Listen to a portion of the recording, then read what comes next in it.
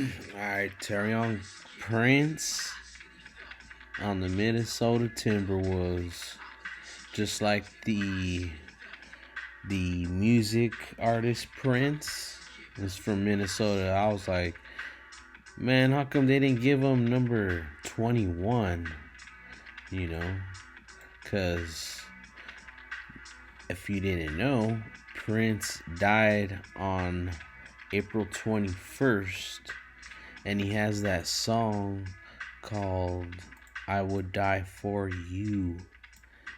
And in Gematria, U is the 21st letter. So what the song is really saying is that is I would die for 21.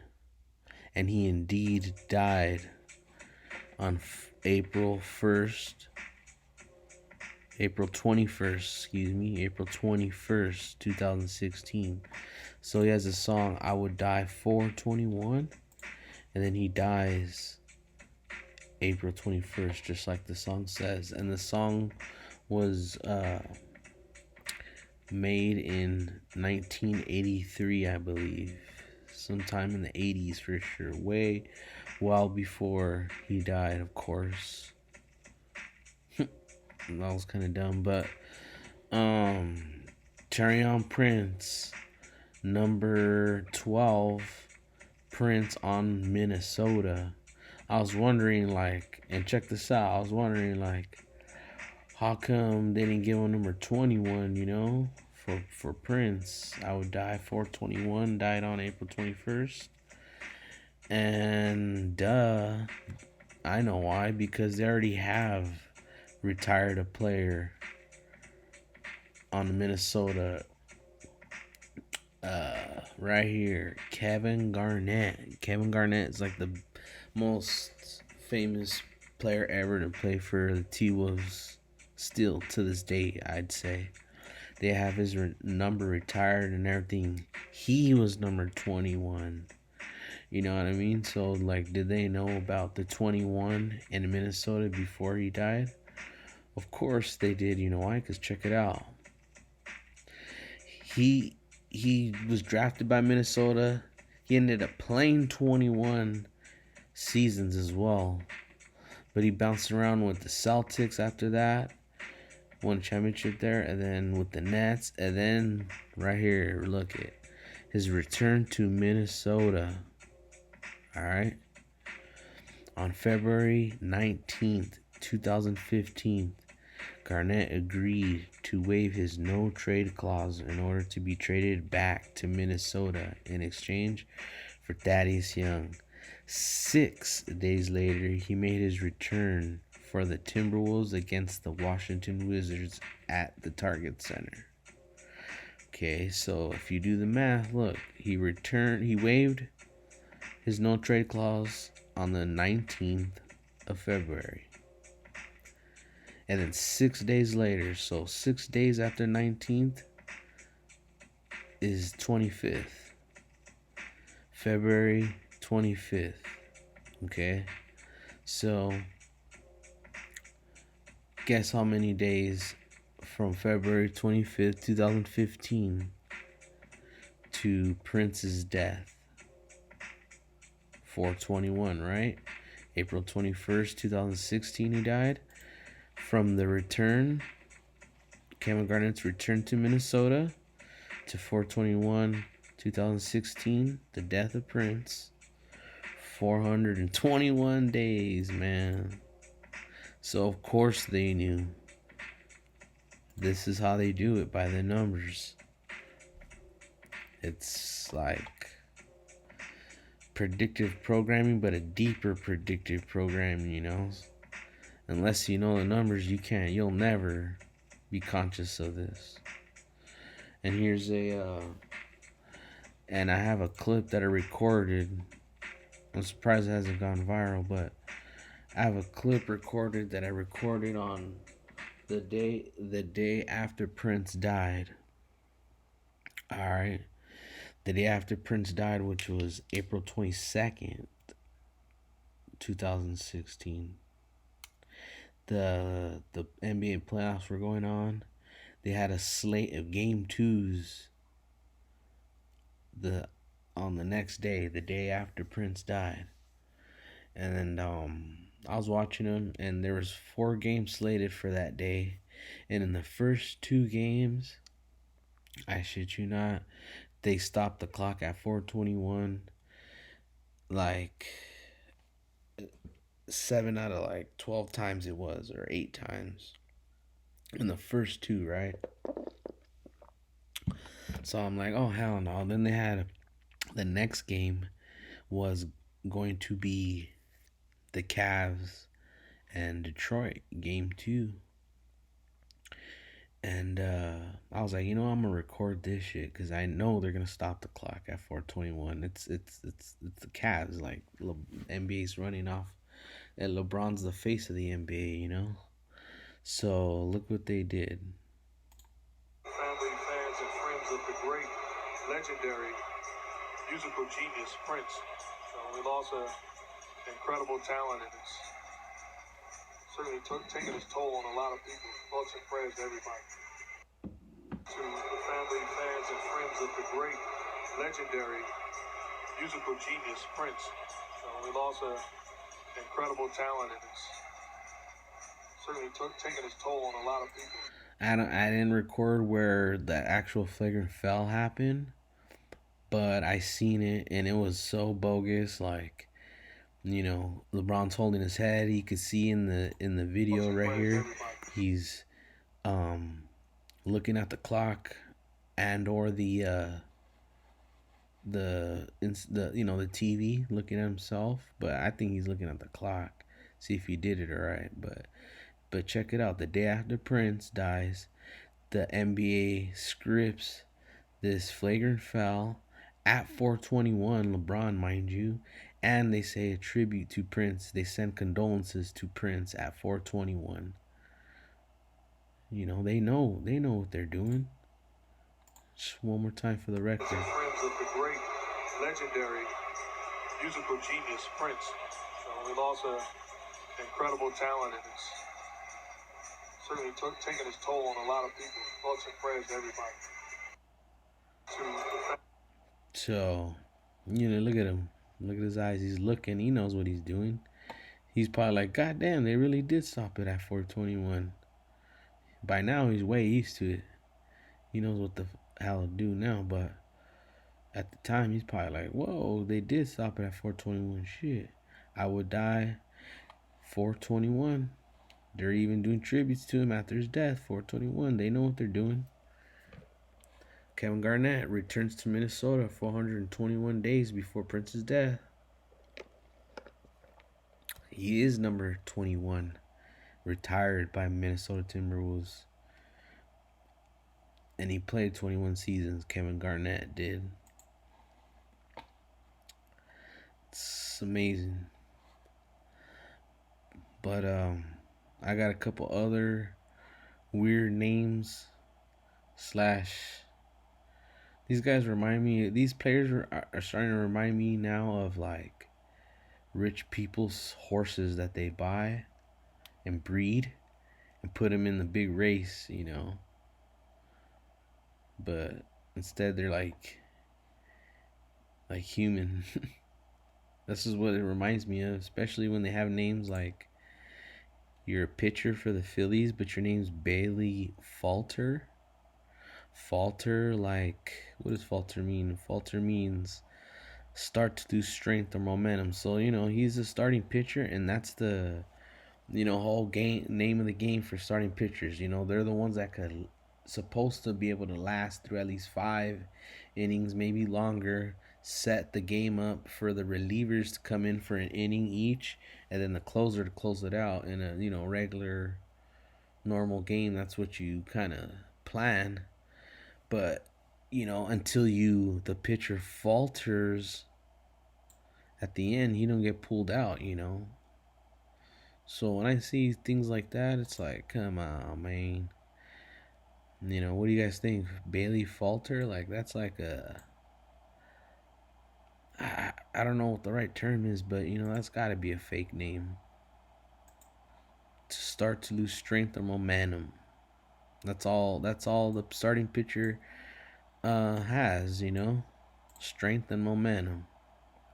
I mean, that's all he needs, strength and momentum. Once those start to go out, he's faltering. They're gonna pull him out the game, start going to the reliever. You know what I mean? All right, real quick, another one. That's probably a Manchurian athlete. That's what it is, Manchurian athletes. Jaquan Brisker plays for the Chicago Bears. The Windy City Brisker. When they describe, windy, strong winds, it's like a brisk wind, cold wind, right here, of weather or wind, cold but fresh and evenly, brisk breeze, and in the Windy City, Chicago, Manchurian, straight up. They tell him when to. He's a secondary, so he knows when to give up the long bomb or when it's his turn to take the pick.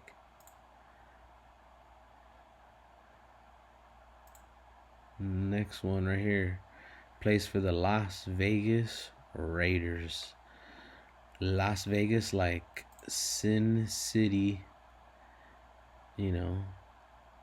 and this dude is named Divine Diablo. They try to pronounce it Divine, but it's just a play on words. We know it's a Divine Diablo, man. Come on.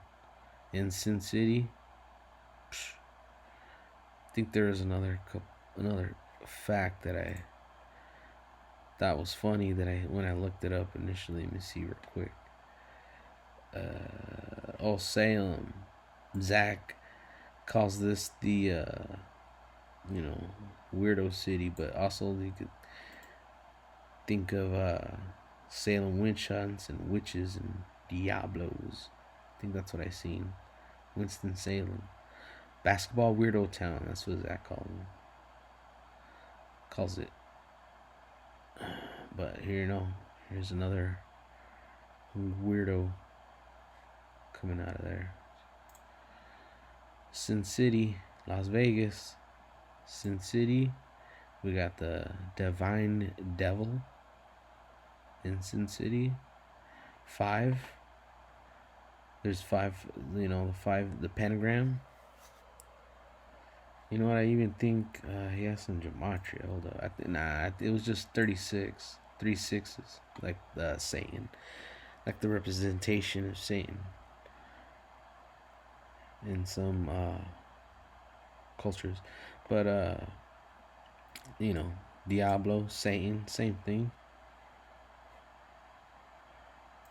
Since in Sin City, sure. Manchurian athlete right there. Now we got another Manchurian with the Manchurian name, James Outman, who is an outfielder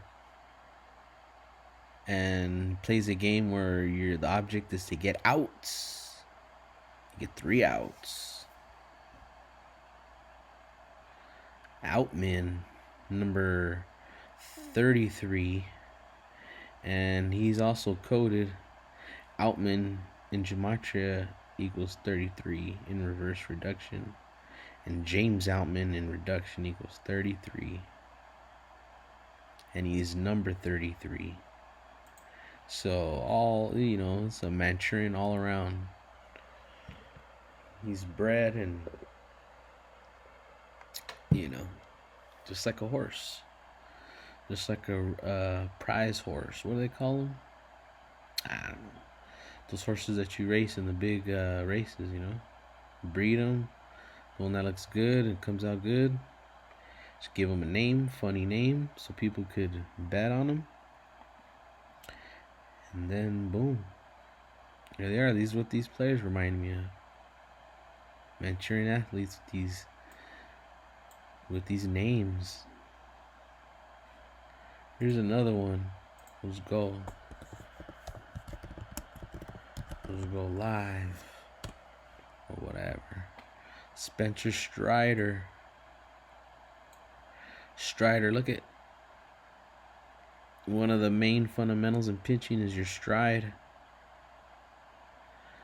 Some need a long one, some need a short one. You know, you gotta get the right stride down. You know. And we got a Manchurian pitcher right here named Spencer Strider. He's doing well, supposedly.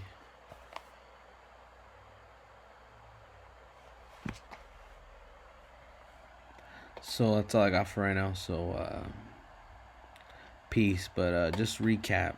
The main thing take away from this video, if you were to see it, Prince died on April 21st, 2016, 421. In gematria, U equals 21 because it's the 21st letter in the alphabet. So what his song I Would Die For You is really saying is I would die 421. Prince is from Minnesota. That's why he rocked all that purple. You know, that's the state's color. Or the state of Minnesota's color is purple. A lot of purple symbology over there.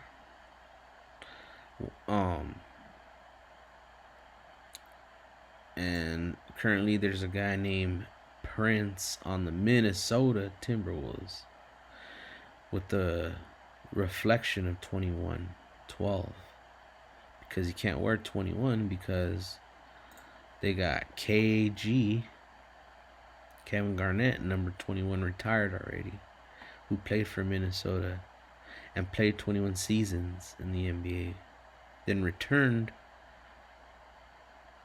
to Minnesota on February 25th,